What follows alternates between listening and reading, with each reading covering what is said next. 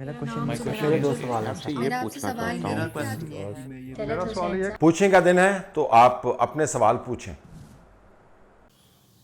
السلام علیکم طلعت بھائی، میرا نام فخر زمان ہے اور میرا کوشچن یہ ہے کہ یہ ایک ہماری پاپولیشن کا ایک حصہ ہے جو ایک آرگومنٹ کر رہا ہے کہ جی خان صاحب ہماری نسل کے لیے لڑ رہے ہیں، تو اس کے اوپر پلیز آپ ایک جو اچھا جواب ہے کہ آئدر دے آر رائٹ، اور جو ہم جیسے لوگ ہیں کیا وہ صحیح سوچ رہے ہیں کہ اکانومی اور جتنے میئرز ہیں وہ تو نیگیٹو ہے، لیکن یہ جو پاپولیشن اس کے اوپر اتنا پڑھے لکھے لوگ ہیں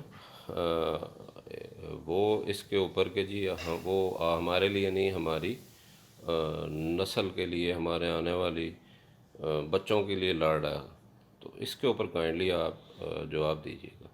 جی، آرگومنٹ میں نے سنا ہے کہ عمران خان صاحب کہتے ہیں کہ آنے والی نسل کے لیے لڑ رہا ہوں۔ فی الحال تو لگتا ہے کہ آنے والی نسل سے لڑ رہے ہیں۔ آنے والی نسل کے لیے جو ماحول موافق پیدا کرنا ہے وہ کس کے ذریعے کرنا ہے؟ عوام کی ویلفیئر کے ساتھ کرنا ہے۔ ڈیولپمنٹ کا بجٹ آپ نے آدھا کاٹ دیا، ترقیاتی منصوبے آپ نے فارغ کر دیے، انفلیشن آسمان سے لگا دی ہے، اکانومی نیچے لگا دی ہے، health, education, infrastructure, enabling opportunities, کہاں پہ ہیں وہ $200 بلین جو خدا کو حاضر و ناظر جان کے کہے تھے کہ وہ پاکستان کے اندر آئیں گے؟ کہاں پر ہے وہ فورن انویسٹر؟ اب پوچھتے ہیں تو کہتے ہیں جی وہ تو دراصل اتنی جلدی تو نہیں بن سکتا نا، میرے پاس کوئی جادو کی چھڑی تو نہیں ہے، تو مستقبل کی تیاری تو ابھی سے کرنی تھی نا۔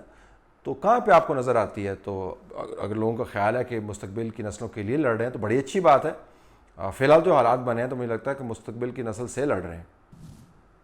سر میرے آپ سے 3 کوشچن ہیں، وہ تینوں کشمیر کے ٹاپک پہ ہیں۔ فرسٹ یہ کہ جو کشمیر کا مسئلہ التوا کا شکار ہے، کیا یہ پاکستان اور انڈیا کی گورنمنٹ یا ان کے ٹھیکیداروں کی وجہ سے التوا کا شکار ہے، یا پھر کوئی عالمی سازش کی وجہ سے اسے ڈیزالو نہیں ہونے دیا جا رہا؟ دوسرا یہ ہے کہ پاکستان کی جو گورنمنٹ ہے، عمران گورنمنٹ، کیا اس حکومت میں یہ ایشوز حل ہو جائے گا یا پھر کتنا عرصہ لگے گا اس ایشو کو ریزالو ہونے میں؟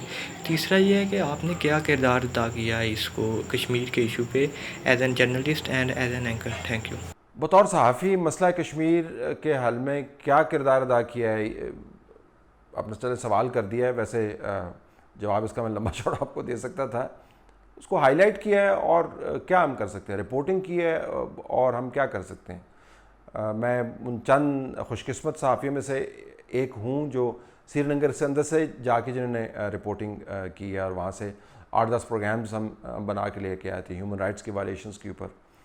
فوکس میں اس کو رکھا ہے، لیکن رپورٹنگ سے مسائل حل نہیں ہوتے، اور نہ ہی باتیں کرنے سے اور ہیومن چین بنانے سے، اور جب آپ کو دل کرے پرانے پوسٹرز نکال کے آپ اسلام آباد اور کراچی، لاہور کے اندر نکال لیتے ہیں، پھر دن گزرتا ہے لپیٹ کے رکھ دیتے ہیں، اگلے سال پھر وہی پوسٹر لگا دیتے ہیں۔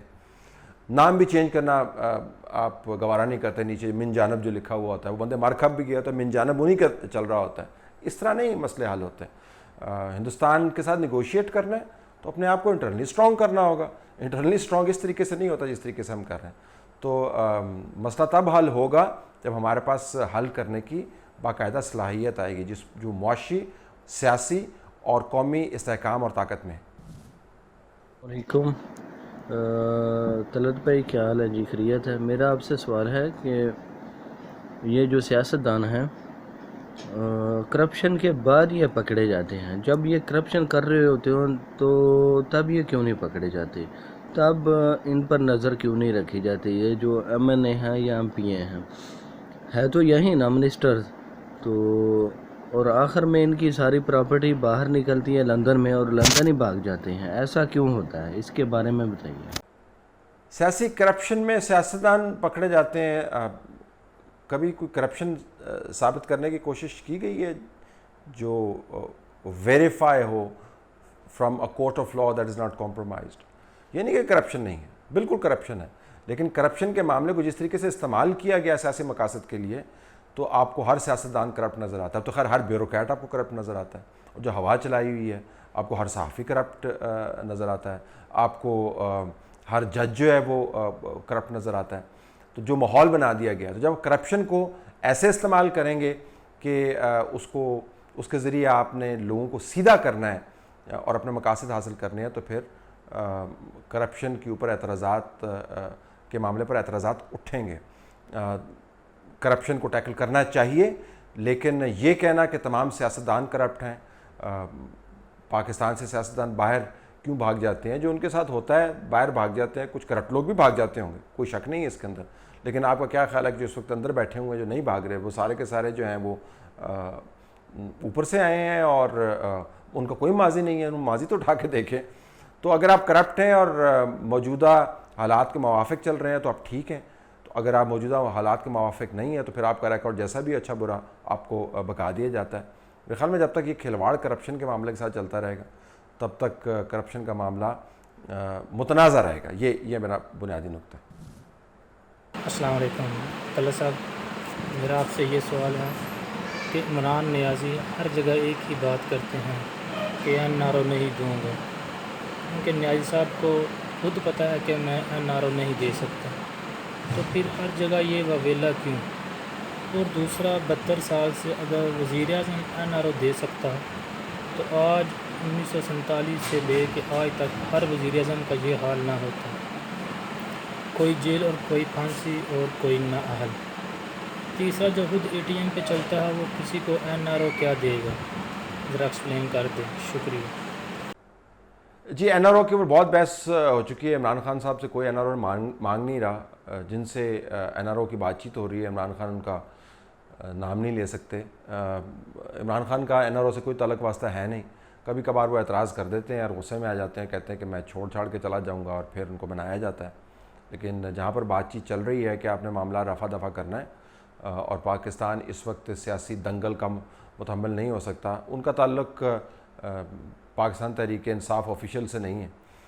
تو عمران خان صاحب بیان دیتے رہتے ہیں، اب ان کا خیال ہے کہ وہ ریلیونٹ ہیں این آر او کے معاملے کے اوپر. لیکن جب کبھی ایسا این آر او ہوا جس کے نتیجے میں کوئی مفاہمت سامنے آئی تو عمران خان صاحب کے اعتراضات بالکل پس پش ڈال دیے جائیں گے. ان کے پاس پھر آپشن ہوگی کہ وہ ٹکے رہیں یا چلے جائیں. لیکن فی الحال تو چونکہ ہر طرف سے دروازے کھڑکیاں بند ہیں کسی قسم کی مسالت کے اوپر، تو اس وجہ سے این آر او کے اوپر یہ بیانات چل جاتے ہیں.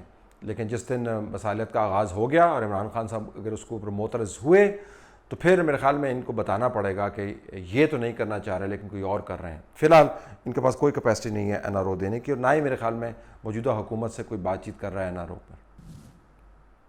جی السلام علیکم طلعت بھائی، کیا آپ سمجھتے ہیں کہ نواز شریف کو مرسی بنانے کی تیاریاں ہو رہی ہیں؟ اور اگر میاں صاحب مرسی بنیں گے تو کیا پھر پاکستان شام بنے گا؟ اور یہ بھی بڑا بگ کویشچن ہے، اس کا بھی آپ جواب دیں کہ کیا ہماری جو سول سوسائٹی ہے اس میں اتنی جان ہے کہ مقتدر خلقوں کے خلاف کھڑے ہو سکیں اور کوئی ایسی تحریک چلا سکیں جس کا کوئی لاجیکل اینڈ ہو، جس کا اینڈ کہ حقیقی جمہوریت کے اوپر جا کے ختم ہو؟ کیا ریسنٹ فیوچر میں ایسا پاسبل ہے؟ اللہ نہ کرے جی پاکستان شام بنے، اللہ نہ کرے کہ اس قسم کے کوئی حالات ہوں. میرے خیال میں سوال کے اندر بھی یہ خیال نہیں لانا چاہیے. تجزیے کے اندر ہم اس کو طریقے سے ٹیکل کر سکتے ہیں، نہ ہی کسی کو جیل کے کٹہرے کے اندر جو ہے عدالت کے کٹہرے کے اندر اور جیل کی کوٹڑی کے اندر مرنا چاہیے. یہ بہت بڑا تمغہ امتیاز نہیں ہے کہ آپ کا سیاستدان جو ہے وہ جیل کے اندر مارا گیا. وقتی طور پر آپ خوش ہوتے ہیں کہ جی بڑا ہم نے زبردست کام کیا، لیکن تاریخ ہانٹ کرتی. مرسی کا جو جس کو وہ جوڈیشل مرڈر کہتے ہیں وہ ہانٹ کرے گا ایجپٹ کو. It's only a matter of time. تو چونکہ لیکن ہم تاریخ کو لمبے تناظر میں دیکھتے نہیں ہیں تو لہٰذا ہم وقتی طور پہ خوش ہو رہے ہیں. جنرل سی اس وقت خوش ہو رہے ہوں گے، لیکن ایجپٹ کے لیے اٹس اے بیڈ مومنٹ. ہمیں ایسی بالکل خواہش نہیں کرنی چاہیے. اللہ کرے پاکستان کے آئیڈیلز کے مطابق ہی رہے اور ویسے ہی چلتا رہے.